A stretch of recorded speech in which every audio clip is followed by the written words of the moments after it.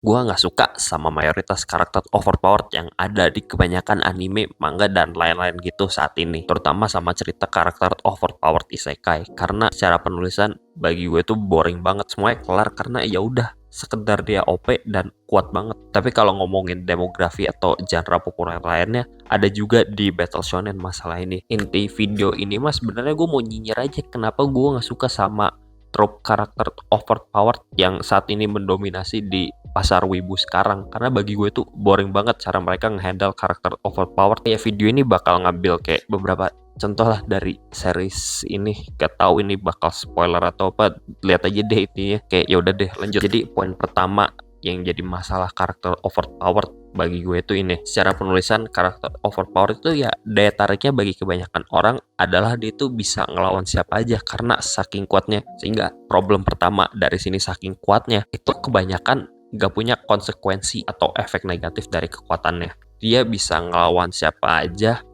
tanpa mikir efek negatif dari kekuatannya. Sehingga jatuhnya bagi gue kalau misalnya OP terus gak ada kayak konsekuensi negatif dari kekuatan OP-nya, jatuhnya boring aja gitu loh. Dan ini yang kebanyakan terjadi di cerita isekai karakter OP ataupun di apa sih manhwa, tapi manhwa kan bukan kayak wibu, manhwa kan komik Korea. Tapi makanya itu sih gue juga nggak suka action manhwa karena ya OP-nya sekedar OP doang gitu. Masalah lainnya bagi gue tuh pas gelut lawan villain, lawan antagonis gitu di ceritanya. Kalau kejadian kayak gini tuh buat counter karakter overpowered itu ya udah ditulis lagi karakter yang lebih kuat dari dirinya gitu loh. Tapi ujungnya ini jadi pola yang repetitif gitu. Si MC OP ini ketemu karakter yang lebih kuat dari dia, terus si MC OP-nya ini dapat kayak semacam power up atau apa, akhirnya dia jadi lebih kuat lagi, dan itu pola yang berulang kali terjadi gitu loh. Gua nggak masalah sama pola cerita kayak misalnya si MC dapat power up buat bisa ngalahin musuh, cuma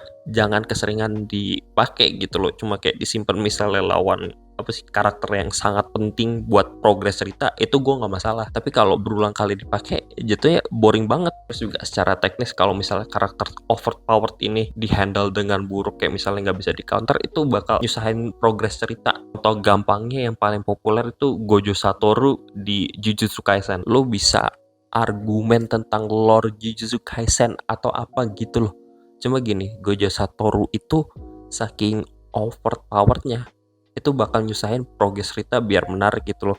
Karena kalau misalnya Gojo Satoru itu ada, ceritanya bakal kelar dengan cepet saking kuatnya gitu. Sehingga solusinya ya mau nggak mau biar ceritanya bisa lebih panjang dan menarik, dia disegel, dibuang dulu gitu loh sampai entah kapan. Terus karakter overpowered yang menarik, yang bagus bagi gue tuh kayak gimana. Jadi kan tadi gue dijabarin problem-problem tentang gue karakter overpowered. Yang pertama itu kan kekuatannya itu nggak ada konsekuensi negatif buat si karakter OP ini. Ya solusi paling gampangnya kekuatan overpowered itu dikasih konsekuensi. Contoh gampangnya lu lihat Kurapika dari Hunter x Hunter yang pakai kekuatan rantainya. Jadi gini, di cerita ya Hunter x Hunter itu kan ada kelompok namanya kelompok laba-laba gitu loh. Si Kurapika ini pengen balas dendam ke kelompok laba-laba itu.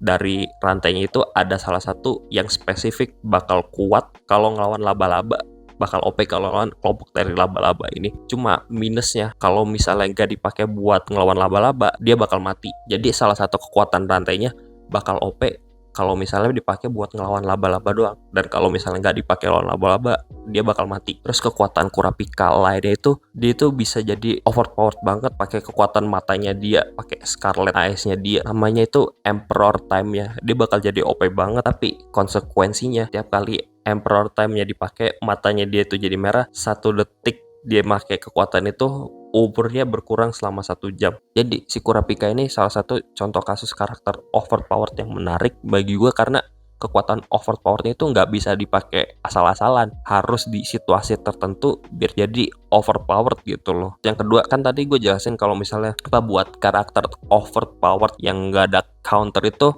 bakal bingungin buat cerita gitu. Jadi polanya lu repetitif ketemu yang musuh lebih kuat, terus akhirnya si karakter OP ini lebih kuat, atau nyusahin progres cerita yang mau gak mau si karakter ini bakal dikesampingin. Solusi dari dua masalah itu jadiin series komedi. Contoh paling jelas itu Saitama One Punch Man, itu series komedi. Gue tahu dia bakal menang, gue tahu dia nggak ada counter sama sekali, tapi daya tarik itu bukan kekuatannya doang, tapi gimana saking kuatnya dia ini jadi bahan komedi, bahan lucu-lucuan, kayak lu bersin lu pecahin planet kan lucu gitu.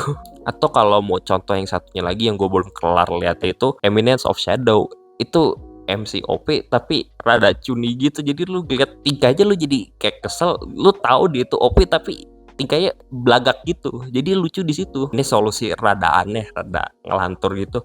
Tapi kalau misalnya karakter OP dibikin kayak gini terus ditaruh di series komedi, komit bikin series komedi, itu 100% bakal work buat gue dan gue bakal suka. Terus nih dari tadi semua masalah yang udah gue jabarin yang gue nggak suka dari karakter overpowered sebenarnya bisa diselesaikan sama satu poin ini, yaitu kasih konflik yang nggak bisa dikelarin cuma pakai kekuatan overpowernya doang, melainkan dia harus ngandalin kekuatan lain bukan pakai kekuatan OP-nya ini. Ujungnya si karakter ini bakal dipaksa buat pikir kreatif gimana masalahnya kelar tanpa terlalu ngandalin kekuatan OP-nya itu. Contohnya di sini tuh ada Mob Psycho 100 gitu. Mob itu karakter yang secara kekuatan murni itu ya dia kuat banget. Cuma konflik utamanya Mob bukan seberapa kuat dia itu sebagai esper, seberapa kuat jadi psychic, tapi konflik utamanya Mob adalah tentang kepercayaan dirinya yang gak bisa diselesaikan pakai kekuatan OP-nya. Sehingga sih simpulannya karakter overpowered yang ada di mayoritas sekarang itu membosankan bagi gue, sangat membosankan. Lebih prefer karakter overpowered yang ada konsekuensi pakai kekuatannya, atau nggak ditaruh di sikon komedi, atau dikasih problem yang nggak bisa diselesaikan pakai kekuatan OP-nya doang. Tapi ini tergantung tentang selera lu semua sih. Cuma gue nggak suka sama mayoritas apa karakter OP